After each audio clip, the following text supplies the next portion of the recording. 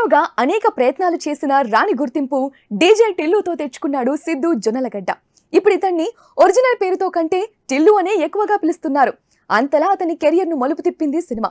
ప్రస్తుతం ఈ చిత్రానికి సీక్వెల్ గా డీజే టిల్లు స్క్వేర్ అనే సినిమా రూపొందిస్తున్నాడు. అనుపమ పరమేశ్వరన్ హీరోయిన్ గా నటించిన ఈ చిత్రాన్ని మార్చ్ 29న విడుదల చేయబోతున్నారు. దీంతో పాటు మరో 3 ప్రాజెక్ట్స్ ను లైన్ లో పెట్టుకున్నాడు సిద్ధు.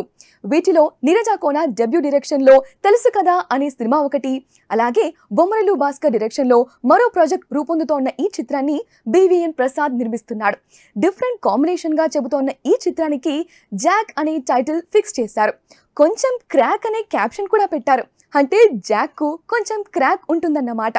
మరి క్రాక్ వల్ల ఎన్ని కాంప్లికేషన్స్ వస్తాయో కానీ ప్రస్తుతం అతను సంపాదించుకున్న ఇమేజ్ కు పర్ఫెక్ట్ టైటిల్ అని మాత్రం చెబుతున్నారు. మరి స్టార్ బాయ్ క్రాక్ కమర్షియల్ గా వర్కౌట్ అవుతుందా లేదా అనేది చూడాలి.